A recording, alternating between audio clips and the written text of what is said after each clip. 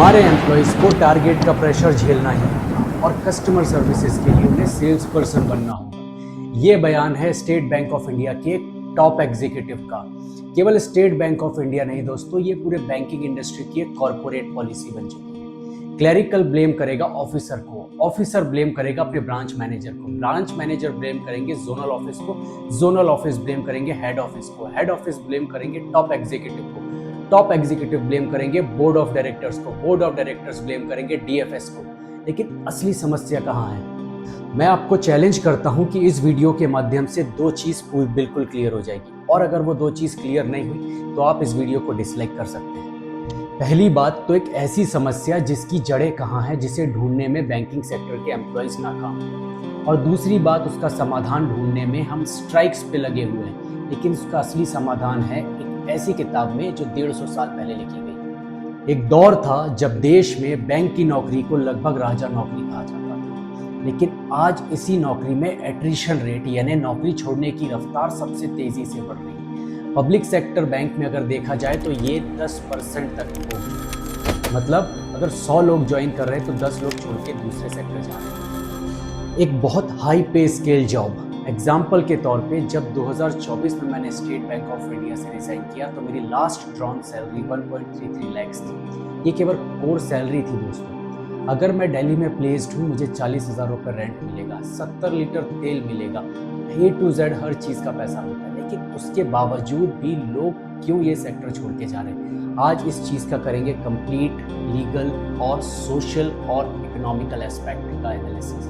मुझे इस सिस्टम की असलियत और इस समस्या का सटीक जवाब मिला 150 साल पहले लिखी गई इस किताब डास कैपिटल में, जो कि कार्ल मार्क्स की लिखी हुई एक ऐतिहासिक किताब है। हम लोग हमेशा अपने सामने खड़े टारगेट्स को ब्लेम करते हैं एग्रेसिव मैनेजमेंट एग्जीक्यूटिव्स को, टारगेट प्रेशर बनाने वाली टॉप मैनेजमेंट को, या फिर डीएफएस की रिजिड पॉलिसीज को। लेकिन सच ये है कि ये सब एक कठपुतली है। समस्या इन एग्जीक्यूटिव्स या डीएफएस में नहीं, समस्या इस सिस्टम के डीएनए में है, जिससे कहते हैं कैपिटलिज्म। एक बात पर गौर कीजिए, पिछले कुछ सालों में आपने एक अजीब सा ट्रेंड देखा होगा। हर क्वार्टर्स में बैंक्स अनाउंस करते हैं हिस्टोरिक प्रॉफिट, अब तक का सबसे बड़ा मुनाफा।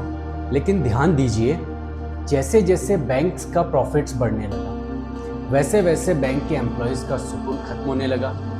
ये कोई इत्तेफाक नहीं, इसी को कार्ल मार्क्स ने कैपिटलिज्म का कॉन्ट्राडिक्टरी प्रिंसिपल कहा। और इस सिस्टम में कैपिटल तभी ग्रो करेगा जब वो अपने एम्प्लॉय से ज़्यादा सरप्लस निचोड़ पाएगा। आपका ये स्ट्रेस और डिप्रेशन ही उनके रिकॉर्ड प्रॉफिट का फ्यूल है। आप में से बहुत सारे लोगों को ये लगता होगा कि 5 डे बैंकिंग हो जाएगा तो सुकून होगा, या साल में 2-3 स्ट्राइक कर दी तो बहुत सारी मार्केट होगी। लेकिन आपकी ये गलतफहमी मैं दूर करता हूँ। 2014 के पहले आपके कोई मित्र जो बैंकिंग में होंगे तो उनसे पूछिए, क्या 2014 के पहले की बैंकिंग में सुकून था या अभी की बैंकिंग में सुकून? 2014 के पहले की बैंकिंग में तो सैटरडे को भी जाना पड़ता था, लेकिन आज एटलीस्ट आपके पास 2 सैटरडे ऑफ है। तो इसका मतलब 5 डे वीक सॉल्यूशन नहीं, या स्ट्राइक सॉल्यूशन नहीं, तो असली सॉल्यूशन कहाँ है? अब आते हैं सबसे बड़े खेल पर, ट्रेड यूनियन। आपको लगता है कि यूनियन आपकी भलाई और ताकत के लिए बनाई गई है? अब मैं जो बोलने जा रहा हूँ वो ना आपके यूनियन लीडर्स को पता होगी, ना आपके टॉप मैनेजमेंट को। असल में ट्रेड यूनियन को बनाने के पीछे पूंजीवादियों की एक सोची समझी साजिश थी, और व्लादिमीर लेनिन के रिसर्च में ये पाया गया कि ट्रेड यूनियंस कैपिटलिस्ट क्लास का एक टूल है, कैपिटलिस्ट क्लास का एक इंस्ट्रूमेंट है। यूनियंस इसीलिए बनाई गई कि एम्प्लॉयज का अंदर का गुस्सा कोई बड़ा रिवॉल्यूशन ना बन जाए, ऑर्गेनाइजेशन में कोई कंप्लीट लॉकडाउन ना हो जाए। ये एक प्रेशर कुकर की सीटी के जैसा काम करती है। थोड़ा सा गुस्सा बाहर निकालो और मामले को शांत कर दो। सोचिए, क्या आप बिना नोटिस दिए कल को स्ट्राइक पर जा सकते हैं? नहीं। मतलब आपको उन्हीं के बनाए हुए रूल्स के अंदर रह के लड़ना पड़ता है। ये पूरा खेल कैसे किया गया? यूनियन को रजिस्टर किया गया ट्रेड यूनियंस एक्ट के तहत। अब आप एक कानून के घेरे में हैं और उनके बनाए नियम के गुलाम बन चुके हैं। आप खुद सोचिए, क्या 2 एडवर्सरीज कभी साथ बैठकर नेगोशिएट कर सकते हैं? लेकिन यूनियन को स्ट्राइक पे जाने के पहले मैनेजमेंट के साथ बैठकर नेगोशिएट करना होता है, परमिशन लेना होता है।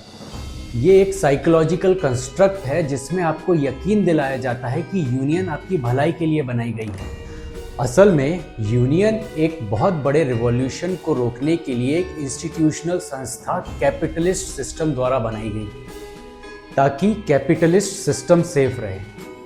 तो फिर अब सॉल्यूशन क्या है? सबसे पहले go for the abolition of the traditional trade unions, और अगर ये लीगली और ऑफिशियली पॉसिबल नहीं है तो एक दूसरा रास्ता अपनाओ, क्रिएट एन इनविजिबल यूनियन। इसके पीछे का सटीक लॉजिक समझिए। कानून हमेशा उस चीज को पेनलाइज या पनिश करता है जो एग्जिस्टेंशियल है, जो लिखित है, जिसका कोई रजिस्टर्ड नाम है। अगर आप किसी रजिस्टर्ड बैनर के नीचे कुछ करेंगे तो आप पर लीगल एक्शन होगा, लेकिन तब क्या होगा जब आपका कोई वजूद ही ना हो। बस इसमें आपको एक चीज का ध्यान रखना है, इंडस्ट्रियल रिलेशंस कोड। और इंडस्ट्रियल रिलेशंस कोड को जानने के लिए आप कमेंट करें और सब्सक्राइब करें मेरा चैनल। और अब शायद आपको समझ में आ गया होगा एक ऐसी कड़ी जो एम्प्लॉय और एम्प्लॉयर के बीच में है, ट्रेड यूनियन। ये आपको समझाया गया कि ये आपके लिए काम कर रही है, लेकिन असल में ये काम कर रही है कैपिटलिस्ट क्लास के लिए। और जैसे जैसे कैपिटलिस्ट ताकतवर होगा वैसे वैसे ही एम्प्लॉय डिस्कम्फर्ट बढ़ेगी। और यही रीज़न है कि आपको अगर इस स्ट्रक्चर को तोड़ना है, इस डीएनए को तोड़ना है, तो आपको व्लादिमीर लेनिन के इस फॉर्मूले को अपनाना पड़ेगा। जय हिंद, वंदे मातरम, भारत माता की जय। मैं अधिवक्ता मनोज स्वर्णकार और आपके साथ जुड़ा था द पॉलिटिकल जजमेंट से।